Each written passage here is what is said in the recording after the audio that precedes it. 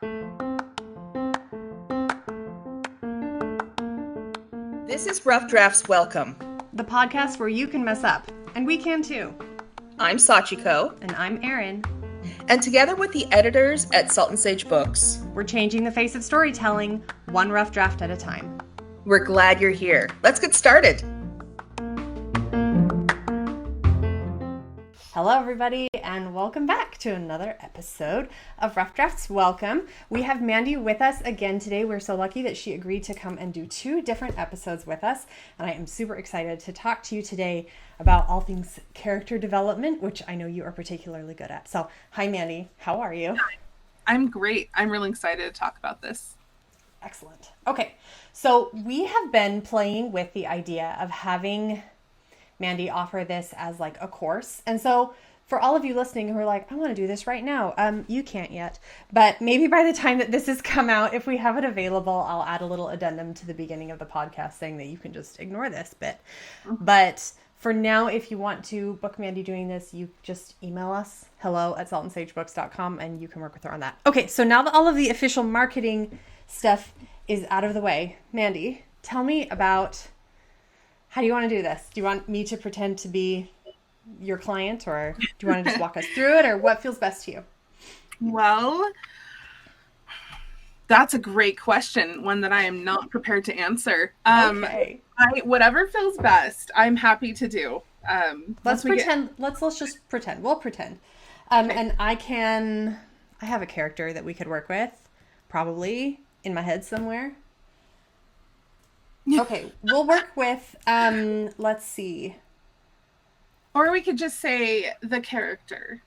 Okay, the character. Would it be helpful if I know like the specific, and then like our audience can kind of do it along with us?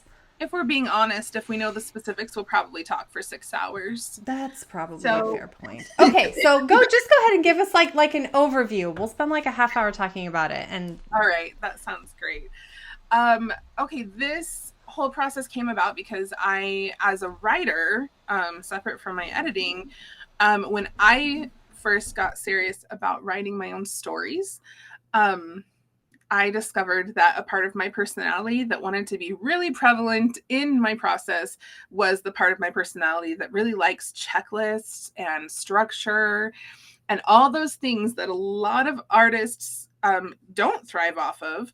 I happen to.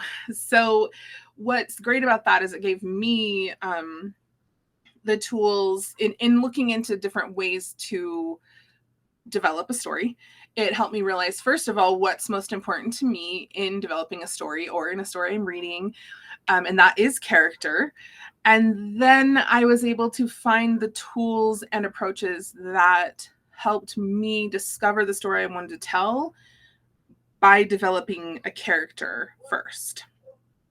Because usually we come with some idea. It might be a really big, detailed idea or a small idea, or we just know that even if we just know we want to write a story, that's enough. And so it's really great because having a character-driven approach, my dogs are barking, that's great. Having a character-driven approach allows us to work with any point of this story development process we're in. So what I have is gathered a lot of awesome resources that are already out there as far as developing a story through the lens of developing a character. I feel like I keep saying the word developing, but that's what we're doing. And I kind of took those resources and have just put them in an order that makes sense to me. So I will be referencing a few different other artists' work as far as their developmental tools goes, and we'll be sure to put the links to those in the show notes. But like I said, for me, it starts with character. So when someone comes to me and whatever point the story of the story writing they are in, even if it's just that they want to write a story, my first questions are always going to stem from aspects of the main character or characters. And a lot of my approach here comes from MJ Bush. She has a website called Writing Geekery. That's really good. That's hard to say. Writing Geekery. And again, we'll link to that. But essentially what it is identifying parts of a character that will allow the plot to be what it needs to be in order to take us through a great story. So when I'm doing that for myself or someone else, what we start with, again, based on MJ Bush's work, is that we want to first and foremost identify the character's fear. Which can be, sometimes we already know that's at the core of the story we're telling, and a lot of times it's not. But we want to identify the fear, a secret, which a lot of times when I'm ready to tell a story, I don't know their secret. Like that just doesn't happen to be something I've identified yet. And so at this point, sometimes I kind of just like plug something in, and it's amazing how eventually it works into the story. Anyway, I can't take this long on every aspect. But again, we talk for 6 hours, but we want to identify things like the fear, the character's secret, their flaw. And for me, a flaw is different than an obstacle to overcome. So we're not just talking about what they need to work through in the story. I'm wanting to like identify, just, we all have them, you know, I just want to know what their flaws are. And then we identify their quirks, and their desire, and that we do that on a couple levels, like a root desire, a surface desire, their strength. And then one of my favorite parts is using those aspects that we've already established to create inner conflict. Because, surprise, if you take those aspects and put them against each other, that's inner conflict. So if we take their desire versus their fear, or their fear versus their secret, or their secret versus their strength, you're going to find what's the most interesting way to pit these against each other. And that's where you find their inner conflict. And that's when the story starts. I want to highlight real quick that if, like, for the listeners, if you're being like, oh, I'm going to hurry and take so many notes so that you can get this, go for it. But also, like, having Mandy walk you through this is, like, I don't mean to overstate it, but I've done it and it is life-changing. Like, it makes the story and the characters make so much more sense. So take all the notes you want, but, like, really, if you want, like, the full experience, like, Mandy's the one to go to. Okay, keep going. Sorry for the interruption. And I do apologize that I'm like, I feel like I'm either talking too slow or too fast, but no, we're doing great. We're just going to touch on it all here. And like Erin said, we do want to have this up as a course. And so there will be that option. And then, like I said, I am referring you to where I, got a lot of these concepts from, and that's online. So yeah, we're going fast over it. And the last thing that I identify starting off, as far as character aspects go, is the theme. And there are on Writing Geekery, MJ Bush's website, there are like blog posts about each of these things to help you identify. Again, I'm also happy to walk you through it and help you identify these things because I love doing that. But just if you're like, oh, I don't understand, like, why does my story need a theme, or how do I establish that in relation to my character? There are places to go look and kind of get more of an idea with that. So that's where I start, and it's just right with the characters. After those things are established, depending on the type of story we're telling and the desire of the author to dive this deep, I love a good character questionnaire.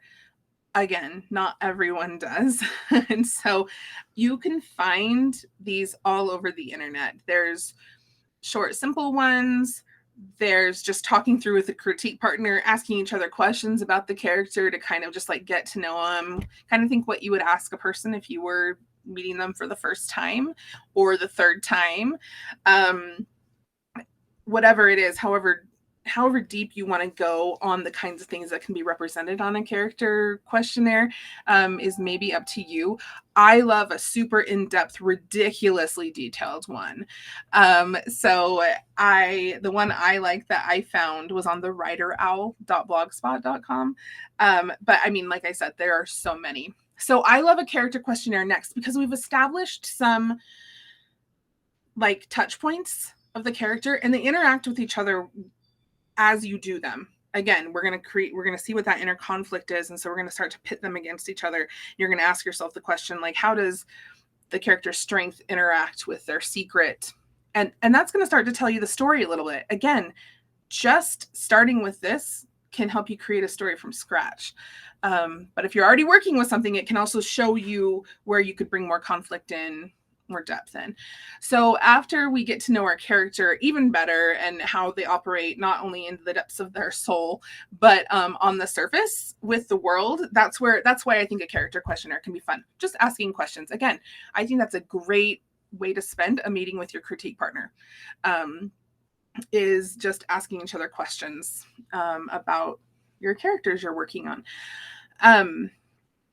Okay, the next thing I like to do is, I want to make sure that I get this right, also from MJ Bush on Writing Geekery. They have, I'm pulling it up so I'm sure to get it right. They have a series, again, called The Path to Deepening Your Protagonist, that asks questions deeper about each of the aspects that we identified.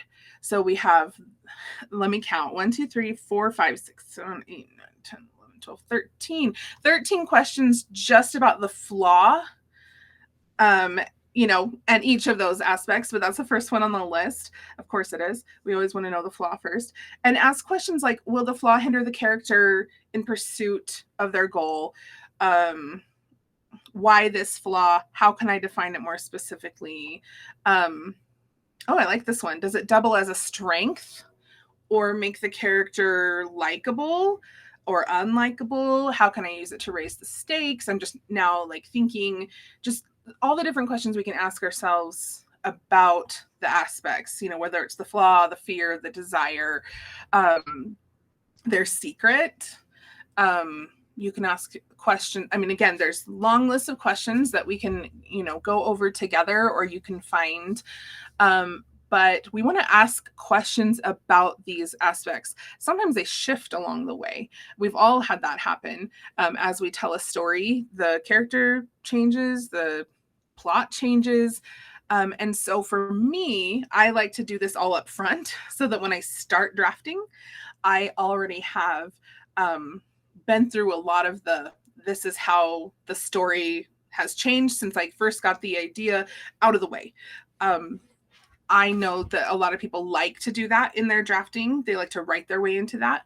But the more we can do it up front, it fits better for my process. So for others like me, asking as many questions as we can about specifics we know about the character can help us weed out what isn't serving the story we want to tell. And we can help find the things that maybe we didn't think would be important, that the story does need. Okay. This is a lot of me just talking, isn't it? I'm really okay with it. I hope you know that. Okay. The next thing I like to do is I like to take what we've established about the character and see how that is going to turn into the character's arc. Because that's the story, right? So pause just a quick second. For someone who doesn't know what an arc is, say we're a very beginning writer. Okay. Any story that you look at, we see a character, and the place they start out in the story in some way is different from the place they end, whether that's external, internal, both, emotionally, mentally, spiritually, physically. My dogs are fighting in the background in the nicest way. They have to get from point A to point B somehow. And usually it takes some struggle and growth. I guess I'm only doing, for people who can see that we're on camera, I'm showing with the growth, but we kind of climb that hill with that character until they then get to a point where they start falling into, as opposed to reacting to the hard things that are happening to them, which makes them kind of climb that struggle hill. At some point they fall into action in which they're getting closer to their goal, or they have more momentum. And so if you picture what that then looks like going up over a hill, that's the character arc, because they hit different points along that arc, and those are our plot points. And I don't know, what else can we add to that? No, I think that makes perfect sense.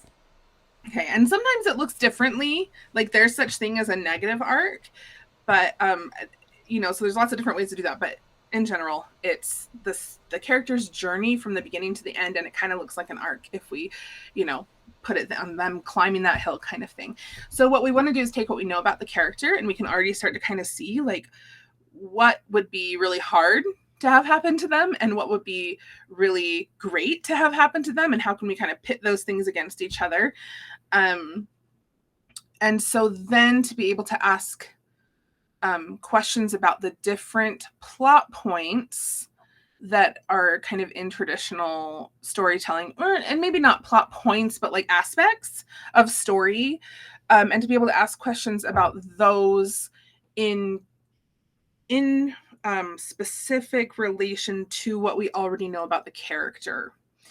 So, for example, we want to establish something that we often call like, what is the lie that the character believes? Are there other words for that are? I call it the misbelief when I'm writing, but There we go. Yeah, I'm like, I know there's like an easier way to say that. So we want to identify the character's misbelief, and there are questions we can ask from what we already know about our character that we've already established that will tell us what that is. Or if we kind of already know what it is, we can allow those character aspects to start to interact with that misbelief to start to create the plot. So for example, if we are talking about that misbelief, we want to know, is that misbelief making this character's life hard at the beginning of the story? Like when we come into it, is their life already hard because of that misbelief? And a misbelief can be, it's not just like, I believe the sky is purple, not blue. It's like, I believe men are stronger than women. I believe that education is more important than recreation. It can be like, things, just ideas. Or I believe I'm not of worth, whatever it is that they, so maybe sometimes we come into the story, they're already feeling uncomfortable with that. But if not, then we say, okay. And even if so, we say, what's going to be that first inciting event in the story that makes them have to really be really uncomfortable because they're holding on to that lie, or that makes them confront it, something. So there's interaction between these things that we need in a story, like the misbelief, and the things we already know about our characters. And it helps us kind of like refine that. Not only refine the character, but start to figure out our plot as well. And sometimes we already kind of know the plot, but it helps us deepen it. So we go over things. So the misbelief is just one example of those things. There are so many that are aspects of the character arcs. And did I already say? No, I didn't. So I want to specifically mention that doing this came from K.M. Weiland. I very much know who they are. I just realized I've never said their name out loud. I hope I'm correcting that, or I'm pronouncing that correctly. Your guess is as good as mine, because same. Yeah, but K.M. Weiland or Wayland, their website is called Helping Writers Become Authors. And so chances are we've run across their stuff before. But anyway, they're fantastic. And so that's where I first got this concept of asking questions about the character in order to create these moments in the plot. And they have amazing resources on their website. And again, that's something that you can find just by going to that website, again, that we'll link to. But if it helps you to go through with a buddy, this is something I love to do also. Or go through it with a critique partner. I mean, honestly, everyone wins with that. So after we've started to use the aspects of our character to start to see that character arc and find the points in a story that are going to really like be defining for that story, it's kind of like connect the dots, right? Like we're starting to connect those dots along that arc. And then we're not like filling in the blanks, but those are the big dots and they're already connected. So then we just have to move between one dot to the other. What I really like to do next is take a little bit of a step back and a breath, because that's all really like involved work. And what I like to do at this point is try to get to the heart of a story. So I kind of, like I said, take a breath, take a step back. And the next step for me is to find the question at the heart of a story. Like, what, now that we understand the character to a degree, now that we start to see how this character affects the plot and vice versa, what is at the heart? Like, what theme are we seeing here? And what is the question we're trying to answer, both specific to the story and as applied to society in general, or whatever we're trying to do with the story.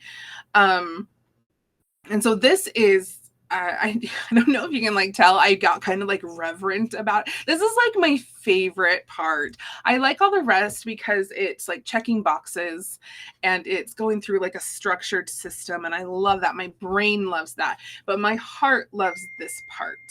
And that is really getting in and saying, like, what is at the heart of this character's journey in this story? What question are they trying to answer? And anyway, so that kind of lets us get, in addition to a lot of the connecting those dots, we make sure we have the depth.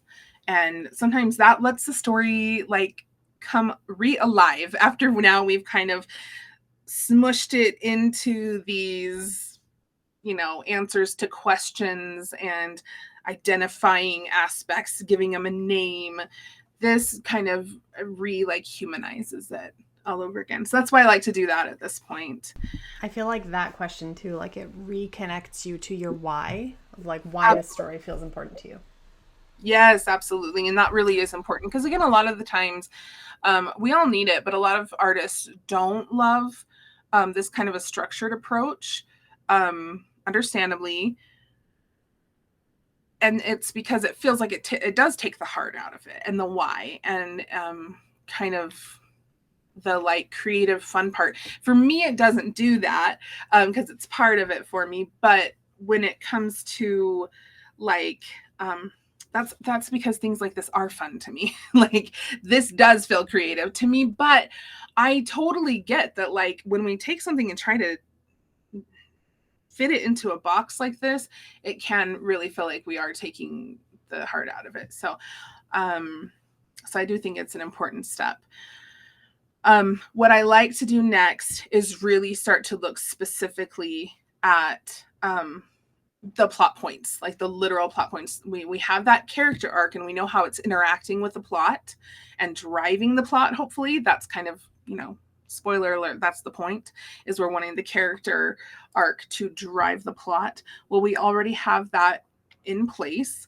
And so again, from K.M. Weiland at Helping Writers Become Authors, this is where I got this idea to then take the plot points we know need to happen, like or like the breakdown. So like the first act, the second act, the third act, the midpoint that comes right at the crest of that hill, those kinds of things, the inciting event, the beginning of the story, the climax at the end. These are the things that like have to be in it or just are in a story. They just are there. And so what we want to do is, now that we've seen how the character arc drives the story, we want to be able to kind of like align it together. And there's some really great like questions that we can ask ourselves about those specific plot points. And as we come to understand what those plot points' jobs are, in order to, again, let the character drive the story. So I don't know if I described that well, but it really is where character arc and plot marry together and become the story. So at this point, we've now arrived at a, place where we have our plot points. And essentially, if you're an outliner, you can throw that in an outline and you're ready to draft. Because I'm extra, I then do some other things, but that goes into more like world building and things like that. And I'm extra, and I write like a few outlines and whatnot. And again, that's something I'm always happy to like. My process is really fun for me, and I love talking about it and sharing. But I think what's at the heart of it is these various resources that have provided character insight tools. So that's what I do to kind of arrive at a point for myself or others where whatever we started with, whether it was a fully developed story and we're just kind of checking it against to make sure it works, or if it's just, I want to write a story and we start at the beginning and create a character and then create an arc and then create a plot. Either way, I think it's so valuable. And it, again, just gives us a sort of insurance that there's depth there. And not that we're trying to manufacture depth, but if we're doing character forward storytelling, the depth is going to be there. Like, if our characters are well developed, our story is well developed, and that's just how it works. Agreed. It's so interesting to me to like see the way that you do it, because we write in very different ways. I love that you start like with the really granular and then you work your way out.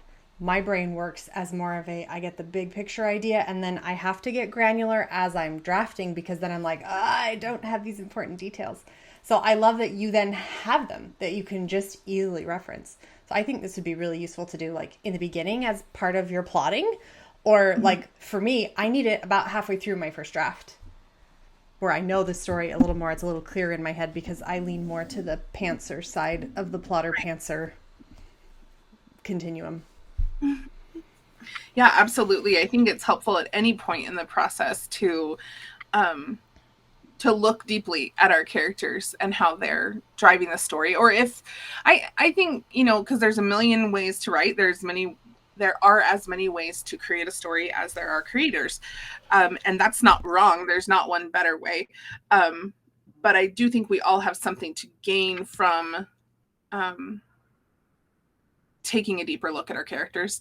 So even if, like, in order, like you're saying, you need to kind of jump in and start writing the story and kind of let it tell itself and figure out where your footing is with it, and then look back and say, you know, okay, now that I know my characters, I know the story that's coming out here. All right, moving forward, what are their goals? What is it? What have I discovered? What's kind of cool about that is that you already have characters who you've discovered some things about. So you can be like, oh, their strength, I know exactly what their strength is. This one scene showed me. Or if it's just like, I wrote all the way to the midpoint and my character doesn't have a secret. Well, could the story be spicier if they did? You know, like it's like, it's just adding depth. And even if a structured approach isn't the ideal for any one person as a creator, again, anything that can let us sink a little deeper into the characters will always benefit the story. And so at whatever point that comes in, and maybe it doesn't until like a second or third draft that we're like, okay, I know the story now. I kind of get these characters. Now let's give it depth. It doesn't matter if you do it at the beginning, the middle, or after your process. I think as long as it's getting done, your story will be will be more than leveled up just by giving a little extra love to the characters. So that's why I love it. I agree. We were watching, my husband and I were watching a show the other day, and our personal rule is that we'll give a show like at least 2 episodes before we decide if we're in it or not. I know you give more than that. I have 5, but it's also, I don't know why. So my attention span is pretty short. Anyway, so we do 2, but there are occasionally shows that we will start, and within the first 10 minutes, I'm like, turn it off. I don't care. The plot can be interesting, but if I don't care about the characters to whom the plot is happening, then I don't care. You can show me the most dramatic of anythings, and if it isn't grounded in a person who I care about, or I guess they don't have to like be people, but like a character who I care about, then I don't care about the cool plot line, really. Right. Well, here's what's coming to mind as you're saying that, because I'm right there with you. And I think everyone is to some degree, because we can like be really excited about, like, say that the idea is really cool, or the world is really interesting, the situation is interesting. Well, until there's people in it, it doesn't matter. Like, that's the only thing. It can be awesome on its own, but, or I shouldn't say it doesn't matter. It's not a story. It's a cool idea, or it's a great setting, or it's excuse me, it's whatever it is, but it's not a story yet. And what was coming to my mind was thinking about how, words on a page are not the only way. Well, and in media, things like that is not the only way to tell a story. And I'm thinking of like visual art. So if we have some sort of what dramatic scene depicted in a painting or a sketch or something that we're just looking at, we're observing. If it's just that, without like that heart to it, I'm not a visual artist, but I think like I can tell when I look at something, and especially if there are people involved, again, not being an artist and maybe not understanding all the aspects, means I don't know all the intricacies. But what I know is if I see something dramatic being depicted in visual art, and then I see it happening to somebody in that same picture, again, whether it's a person or a place or nature, something, right? There can be a flame depicted on a canvas, and that's one thing. But if I see it in conjunction with a forest, that is something different. It evokes something different in me. And I think that's the same as with characters in a story. Yes. I took a really like roundabout way to say that. But and then I jumped off screen to grab this book because I'm wanting to read you a quote, and then probably we should be done. This is the problem with talking to people who we really like. Okay, so the book is Story Genius. It's by Lisa Cron. If you haven't read it, I recommend. It's pretty amazing. But she talks about what creates story, like what actually makes it happen. And she's where I first learned about mirror receptors in the human brain, which is basically if you see someone in pain on screen, or you're reading a book, or you hear a story about it, there's actually like a chemical change in your brain where your brain is like, oh my gosh, that feels like it's happening to me. It's the basis for empathy. It's the basis for sympathy. It's the basis for connection. It's how we make friends. Mirror neurons are super important. You can read more about them in her book, but I want to read you this particular quote. When we're under the spell of a compelling story, we undergo internal changes along with the protagonists, and her insights become part of the way that we too see the world. Stories instill meaning directly into our belief system the same way experience does, not by telling us what is right, but by allowing us to feel it ourselves. Because just like life, story is emotion-based. As Harvard psychology professor Daniel Gilbert said, indeed, feelings don't just matter, they are what mattering means. In life, if we can't feel emotion, we can't make a single rational decision. It's biology. In story, if we're not feeling, we're not reading. It's emotion rather than logic that telegraphs meaning. Thus, emotion is what your novel must be wired to transmit straight from the protagonist to us. Wow. I know, right? Beautiful. Such a good book. Anyway, yeah, but being able to connect deeply to your character gives you that ability to talk about impact. And I think at the end of the day, maybe that's what all of our stories are trying to explore, is how are we impacted by the world around us? Absolutely. I love that. Yeah. And on that note, we're probably done. Okay, is there anything else that you wanted to add about this? Not at all. Just develop those characters. I get really excited about this. Obviously, I can talk a ton about it. But I love the way that quote summed up why it's important. There's the how of doing it, but I love having that why. The why feels really important to me too. Okay, as a reminder, if you would like to book this character service with Mandy, we will eventually have it up as a digital product on our website, so you can do it at your own pace. But for now, the best way to do it is to send an email to the administrative team. It's hello@saltandsagebooks.com, and just tell them that you want to work with Mandy. She's pretty great. You can also fill out the form. Just say that that's what you want to do. Okay. Yeah, that's everything. Thank you so much for listening. Thanks for being here, Mandy. Thank you for having me.